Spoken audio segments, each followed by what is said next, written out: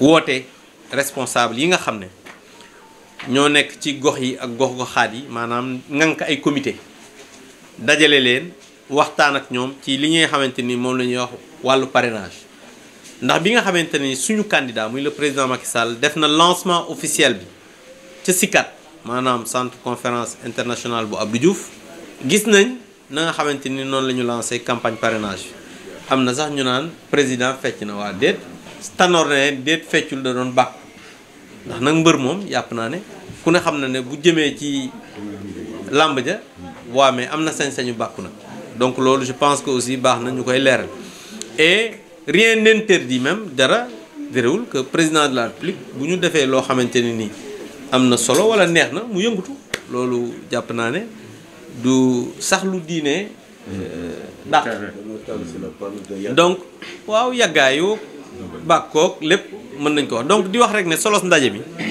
mooy président bi mu lancé campagne de parrainage bi gis nañ ne aussi fii ci Thiès dañu fa am benn structure boo xamante ni maanaam comité suivi des opérations électorales boo xam ne parti yëpp ñoo ci bokk ñi bokk Benno Bokk Yaakaar ak maanaam nit ñi nekk ci majorité présidentielle ñooñu dajaloo ñu gis département bi yëpp localité yëpp ñu jox leen seeni fiche ñu kaf campagne parrainage te loolu li ko jiitu mooy dafa am benn formation boo xamante ne ni ki nga xam ne moo jiite pôle parrainage bu candidat Macky Sall muy madame le premier ministre Mimi Touré yónnee woon na fi ay nit ñu def formation des formateurs yooyu tey ñëw def formation des formateurs parce que li nga xamante nii moom la ñu woo tey muy les responsables des comités dañ leen di wax ni nga xam ne noonu la ñu war a parrainer pour que ku ca nekk comité ba nga am nga dajale leen yow tamit nga def sa formation pour que ñooñu dem sur le terrain donc loolu moo doon solo ndaje bi te loolu jàpp naa ne am na solo parce que mënuñu dem ci campagne parrainage te nit ñi xamuñu nii la ñuy parrainer lii la ñu war a def lii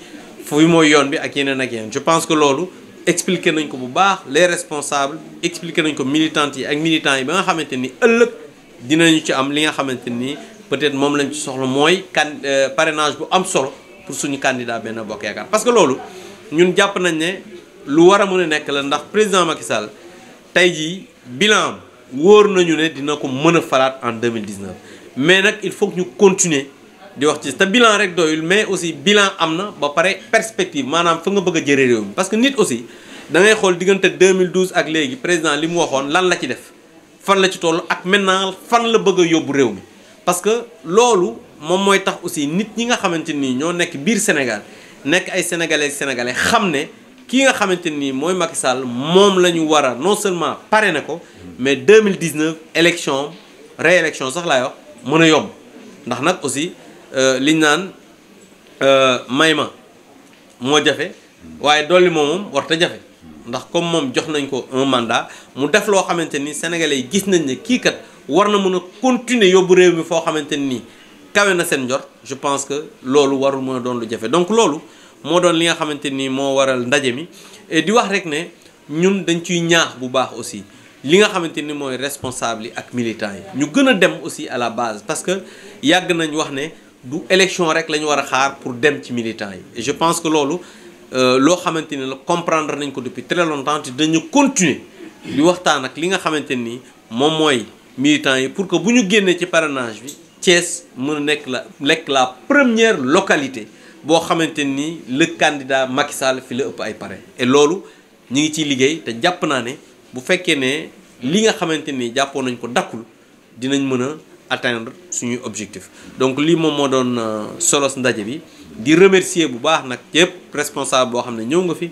muy ñi nekk Benno Bokk Yaakaar du ma lim ko parce que Benno Bokk Yaakaar bu ñu ko waxee xam nañ parti yi ci nekk bu ñu waxee majorité présidentielle xam nañ parti yi ci nekk donc ñoom ñëpp tey ñëw nañ wuy si waxtaan bi et je pense que loolu moom moo doon li nga xamante ni bëggoon nañ ko partager ak yéen ngeen xam ne officiellement daal ñun tàmbali nañ ko bu yàgg mais il fallait que ñu wax ak taskatu xabaar yi wax leen ne lii moom mooy suñu liggéey lii moom mooy suñu dox nii la ñu bëgg a doxale te Thiès aussi bëgg nañ am ndam bu am solo ci li nga xamante ni mooy campagne parrainage bi ñu démarré. Donc c'est là d'abord je vais terminer et commencer par la dernière question.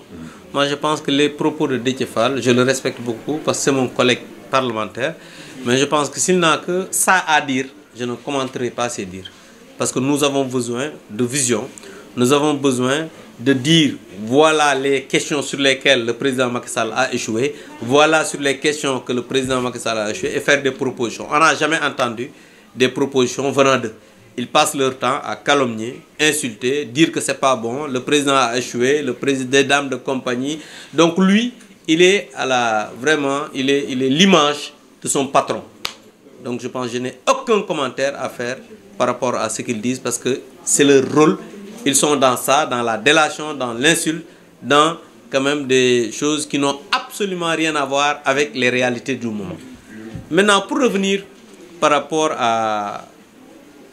au sitting, soi-disant sitting dont vous parliez tout à l'heure, oui, il voulait organiser un sitting. Mais moi, je pense que le président de la République l'a dit la fois dernière, force restera toujours à la loi. Aujourd'hui, nous sommes dans un pays qui s'appelle le Sénégal. En 2018, parler même de voler des élections dans ce pays, c'est insulter vraiment l'intelligence des Sénégalais. Aujourd'hui, faire des élections dans ce pays qui s'appelle le Sénégal et dire qu'on peut tripatouiller des élections dans ce pays qui s'appelle le Sénégal, je dis bien et je le répète, c'est insulter l'intelligence des Sénégalais.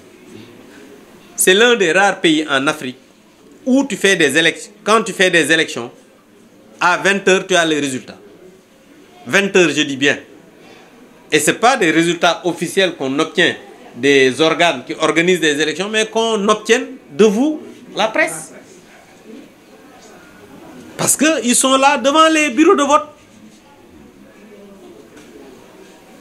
Et à chaque fois, les résultats qu'on donne à la presse, je demandais même la fois dernière, un de vos confrères, je pense Babacar Ndao, c'est lui que j'appelais, parce que comme ils ont tous les résultats, Babacar, alors dans quel centre, qui a gagné? Moi qui étais le mandataire du candidat de Benno, moi j'étais le mandataire du candidat qui devait aller au tribunal. Je n'avais pas encore les PV et les résultats, mais Babacar Ndao me donnait les résultats. Pour vous dire comment quand même les élections sont organisées dans ce pays. C'est pourquoi je pense que, comme le président l'avait dit la fois dernière, aujourd'hui ils sont en train de vouloir se réfugier sur des soi-disant arrestations. Parce que c'est comme vous dites, par exemple aujourd'hui, demain la presse a dit que tel est arrêté, tel est arrêté. Je pense qu'ils n'ont qu'à aller trouver des parrainages. C'est mieux. Parce que l'affaire bi bëgg bëre bañ bëre. Ils ont organisé vous avez vu un sabotage organisé en présentant presque 100 candidatures. Mais ils n'ont qu'à aller... Parce que les élections auront lieu le 24 février. C'est qu'ils ne veulent pas qu'on organise des élections dans ce pays. Ils sont dans des faux fuyants en disant qu'ils vont organiser des sittings au ministère de l'Intérieur, ils vont marcher sur le palais. Le président l'a dit, il a été très clair. Yow mi ngay wax xam nga ne mënoo yegg place de l'indépendance. Ñoom xam nañ ko leer na leen nañ que il n'allait pas tenir ce sitting. Parce qu'il y a un arrêté que eux-mêmes qu'ils avaient fait, qui est là, qui interdit des manifestations dans ce périmètre. Et ils veulent tout le temps venir pour dire qu'ils vont braver cela. Je pense quand même qu'il faudrait qu'on soit beaucoup plus sérieux avec ces hommes politiques. Ils veulent être président de la République. Ils n'ont qu'à aller chercher des parrains. C'est mieux, parce que les élections là, personne, à part Dieu, ne pourra empêcher la tenue de ces élections. Parce qu'ils vont aller aux élections. Ça, impérativement, il y aura des élections. Et ils ne veulent pas aller aux élections. C'est pourquoi ils sont dans des faux fuyants comme ça. Oui, oui, vous l'avez dit, au Sénégal, quand même, en 2018, c'est vrai, vous l'avez dit, on ne peut pas organiser des élections et dire qu'on va voler. Mais quand même, est-ce normal qu'en 2018, au Sénégal, comme vous venez de le dire, qu'on interpelle des opposants qui veulent marcher? Alors, mais vous savez, la loi reste la loi. Vous savez, il y a quelque temps, dans un pays de référence que je ne citerai pas, il y a eu un proche du président de la République qu'on a pris en train de tabasser des manifestants. On ne l'a pas vu ici.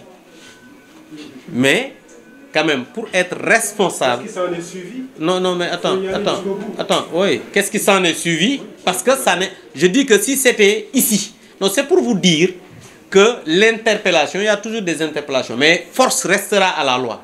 Quand la loi dit qu'il ne faut pas, la loi ne permet pas de faire une manifestation dans ces lieux, je pense que la responsabilité voudrait qu'on respecte cela.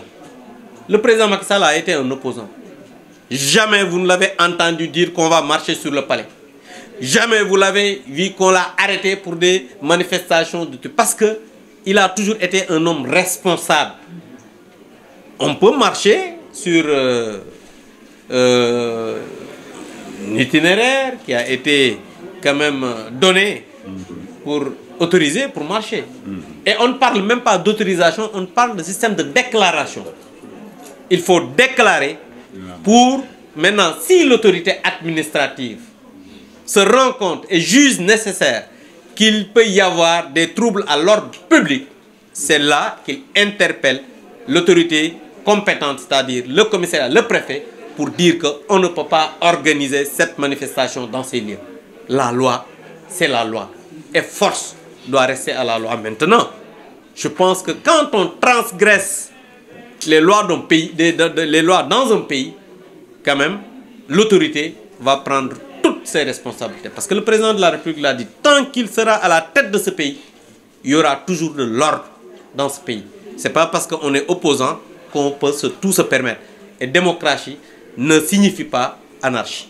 Et votre avis sur la révocation de Khalifa Sall, surtout que votre nom a chaque fois été cité parmi les bénéficiaires de la caisse d'avance de Dakar. Mais oui, vous savez, cette question, je pense que ça a été réglé. Parce que la dernière fois, vous n'avez jamais entendu, plus jamais entendu que les gens disent pourquoi? Parce qu'ils ont dit que la caisse d'avance a payé mes études en 2003. Et j'ai fait ma formation en 2009. Donc cette question, elle est réglée. Donc c'était des inventions, pure invention. En 2003, et Khalifa est devenu maire en 2009. Donc on ne peut pas payer des études sur une caisse alors qu'on n'était même pas encore maire. Donc c'est quand ils ont fait cette bourde que, parce que c'est des mensonges. Tu sais, vous savez, parce que Dieu est toujours avec les justes. Parce qu'un crime n'est jamais parfait. Ils ont dit que voilà, j'ai bénéficié de l'opération de mon père. Alors que mon père est là, vous l'avez vu, il n'a jamais eu de problème des yeux, du moins. Il voit très bien, il n'a jamais été opéré. Il n'a jamais vraiment vu même un ophtalmo. Donc, et on dit qu'on a opéré ses yeux. Après, on a dit non, c'est pas son père, c'est lui. Bon. Après, on a dit que c'est sa formation. Heureusement, ma formation, je l'ai dit, et j'avais interpellé à l'époque Pape Alenia, qui est mon promotionnaire, parce que heureusement que tous mes promotionnaires sont encore là. Ils n'ont pas quitté ce monde. Donc, ils sont encore là et ils peuvent en témoigner. Donc, moi, je pense que... Oui. Donc, vraiment, c'était très clair. Donc, cette question-là est posée. Maintenant, par rapport à la révocation du maire, vous savez, le président de la République a même été tendre avec le maire de Dakar. Pourquoi? Parce que la loi dit que sur de simples accusations, le président de la République, après une suspension de l'autorité compétente, pouvait révoquer par décret le maire Khalifa Sall. Simple accusation. Ce qu'on avait fait pour Mbaye Ndiaye, ce qu'on avait fait pour Lamine Diack, pour Korafal et d'autres, j'en passe. Je pense quand même, il faudrait qu'on puisse savoir que dans ce pays, comme je vous l'ai dit, c'est un pays qui s'appelle le Sénégal, qui a à sa tête un homme qui s'appelle Macky Sall et qui sera intraitable sur les questions de la loi. Khalifa Sall a été condamné par le tribunal de première instance. Le président ne l'a pas révoqué. Il y a eu un appel, le président ne l'a pas révoqué. Et la cour d'appel a donné son verdict en confirmant les peines, mais le président a pris un décret, comme la loi, mais pour le révoquer. D'ailleurs, lui-même, en prison, il sait que le président a, malgré le zèle de certains, lui-même, il sait que la décision, elle est légale. J'ai même vu qu'il a rendu son véhicule de service, parce qu'il sait qu'il n'est plus maire. Et je pense que c'est une question qui est réglée par la loi, et quel que soit ce que les gens peuvent dire, le président de la République est quand même un homme qui dirige ce pays avec rigueur, avec abnégation, mais aussi en respectant les lois et règlements de ce pays. Président Toumbo, j'avais deux questions. Lors des dernières législatives, vous êtes sorti victorieux pour la première fois pour des élections sérieuses, bien sûr, au niveau du département, avec un écart de plus de 30 000 voix. Mais entre-temps, 7 Thiessois se sont déclarés candidats pour les prochaines présidentielles. Loin de les citer, les deux dernières, c'est Ablaye Fall Mao, Abdoulaye Madi Ndiaye et Oumar Badiane. Donc ils sont 8 Thiessois. Est-ce que la bataille de Thiès, selon vous, aura lieu? L'autre question, Yankoba Diatara, eux, ils avaient 50 et quelques mille.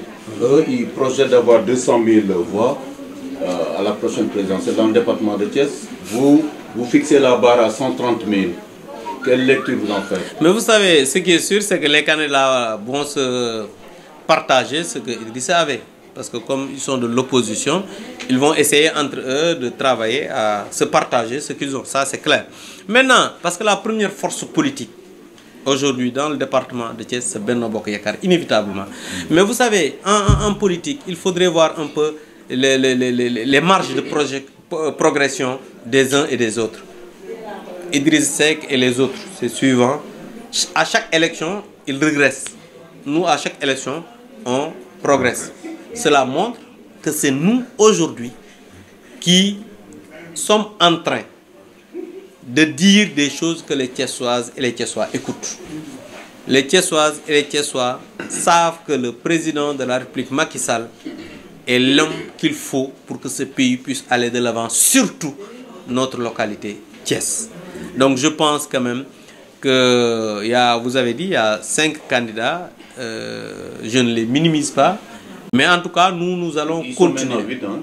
Il y a 3 qui sont... Il y a 8 candidats.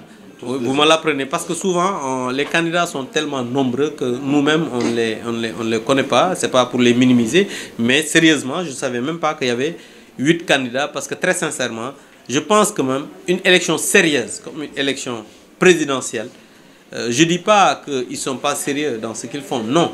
Mais quand même, pour être président de la République, il faudrait avoir un programme. Il faudrait être quelqu'un que les Sénégalais et les Sénégalais ont vu à l'œuvre.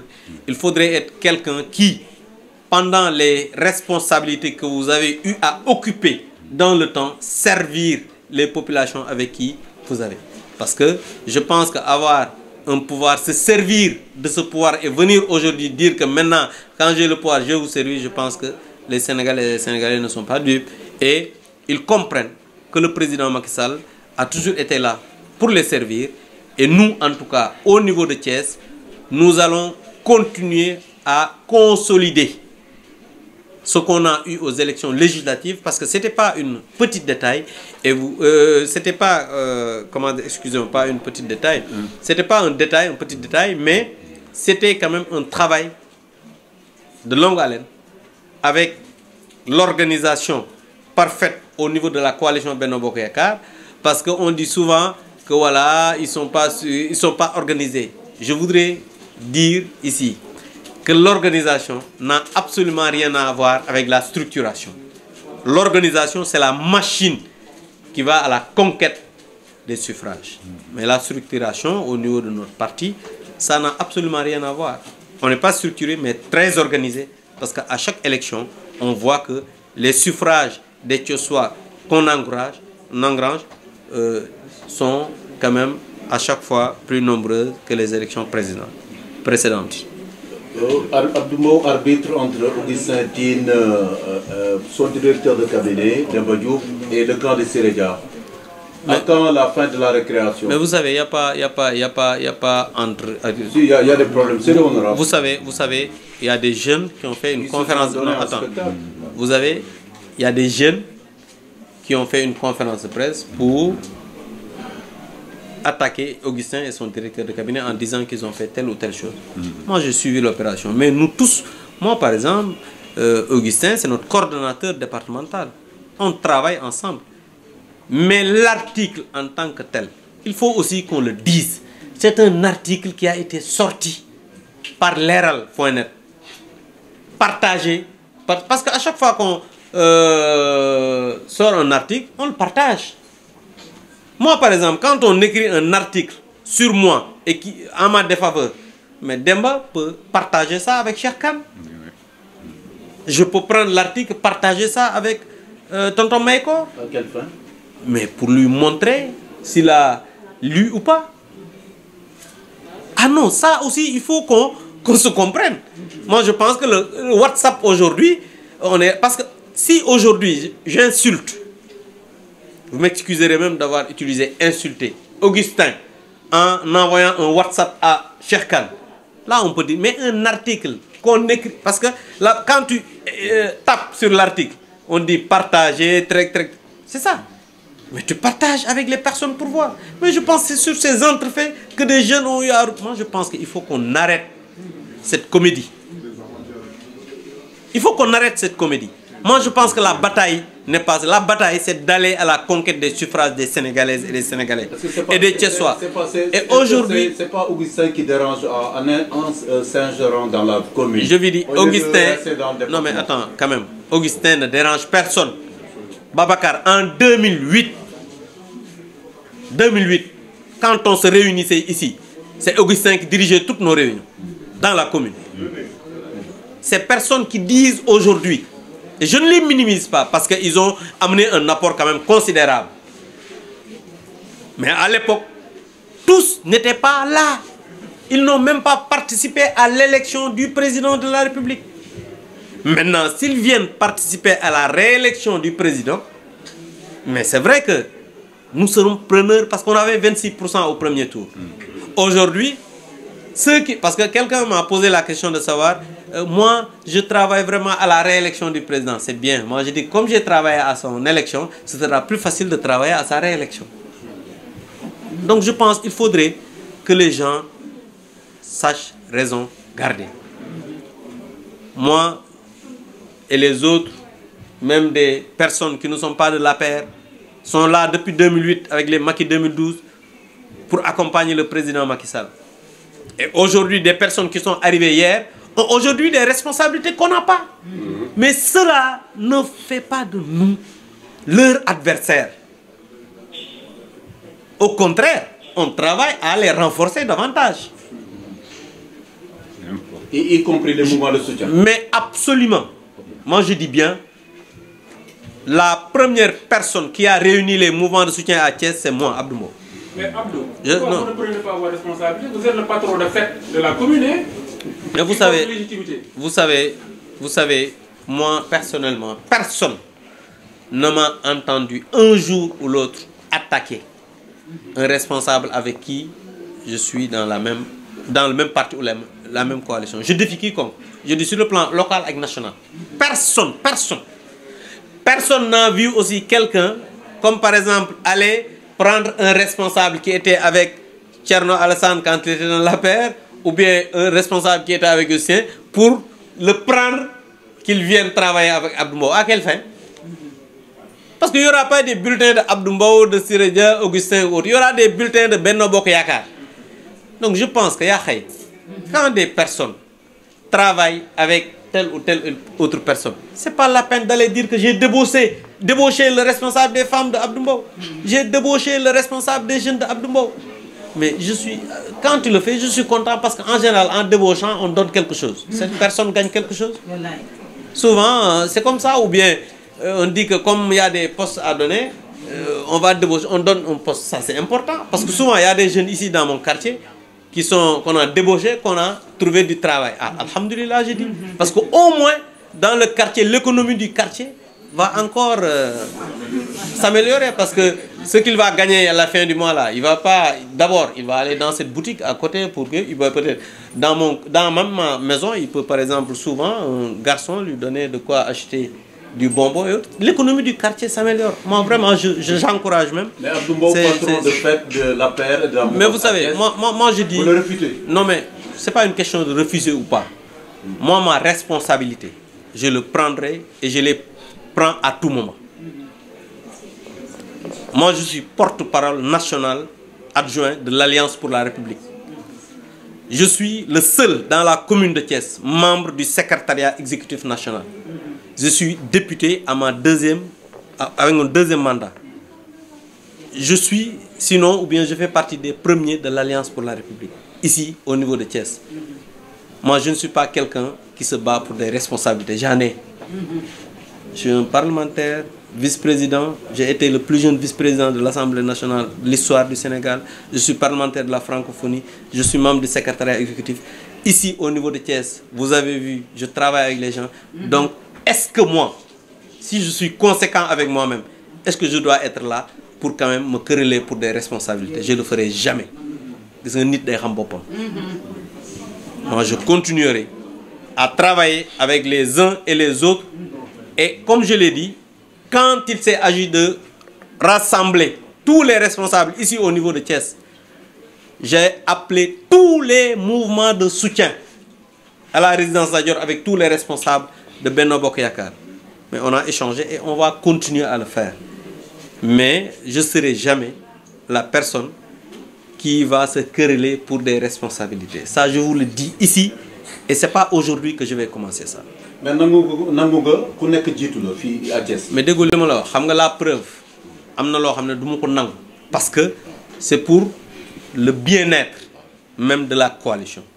Je t'ai dit tout à l'heure nit day xam boppam xam nga man xam naa sama bopp nag c'est pas que ay dama rëy wala damay xeeb ni xeebuma kenn mais li ma mën man xam naa ko mais ku nekk xam nga li nga mën donc buñ ca tollee. kon Siré Dia na topp ci ginnaaw Abdou Mbow. non déggoo li ma la xam nga bi ñu dem élection bi waaw déggoo li ma la xam nga tollooguñ foofu bi ñu xam nga ay tolloo dem ci ginnaaw ak yooyu egguñ fa mais élection locale bi ñuy dem élection locale ñoo bokk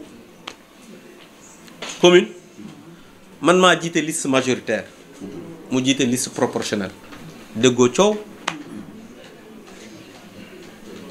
ñi ngi dem ci yeneen local ba ñu yegg si soxla du am rak. mais soxla tey législative moom dafa gagné département yow tu as perdu TSS. waaw déggoo li ma la non attends bul wax dafa gagné wuy ma département bi. tête de liste gagné département bi déggoo li ma la non attends dama ne département bi n'oublie pas que c'était des élections législatives. bu doon perte la ñuy wax wala gagné bu ñu doon wax gagné la ñuy wax dañuy wax man rek maa fi gagné parce que dans mon centre de vote parce que xam nga loolu man du ma ci sax mesurer nit am naa loo xam ne nit nekk na maire te amul loolu bu ñu dugg ci yooyu bu ñu ci duggee rek y a des experts électoraux bu ñu génnee le nombre de voix ku ne di nga xam foo toll bu doon loolu la ñoom ñëpp sama ginnaaw la ñuy topp fii ci commune bi donc vraiment bu ñu dugg ci yooyu nañu def équipe dajaloo booloo bokk ndey bokk baay parce que coow li moo fi bëri rek mais ñun ñëpp ku ci nekk xam na sa bopp. kon jarul Macky Sall di ñëw Thiès pour régler le problème. non déggu li ma la dafa amul problème bu ñuy régler parce que élection yoo xamante nii kenn Idrissa kenn mësu koo gagné depuis 2000 ñun ñu gagné ko ana problème foofu xam nga lu fi nekk une compétition saine et c'est normal loolu mooy tax affaire yi gën a dox et je pense que ñun comme looloo ñu jig parce que loolu moo am ñu gagné nañ continuer ci loolu maintenant bis bu ñu waree organiser wu su boobaa on s'organisera. En tout cas, la structuration, comme je l'ai dit, jotagul, mais l'organisation, elle est là. Muy man, di Demba, di Siré Dia, di keneen ak keneen, je pense que ñun ñëpp nañu ànd bokk ndey ak baay li ñu soxal mooy campagne de parrainage bi ñu booloo ko et buñ ci àggee je pense que dinañ def li nga xamante ni moom bëgg. émission ngeen doon def rek.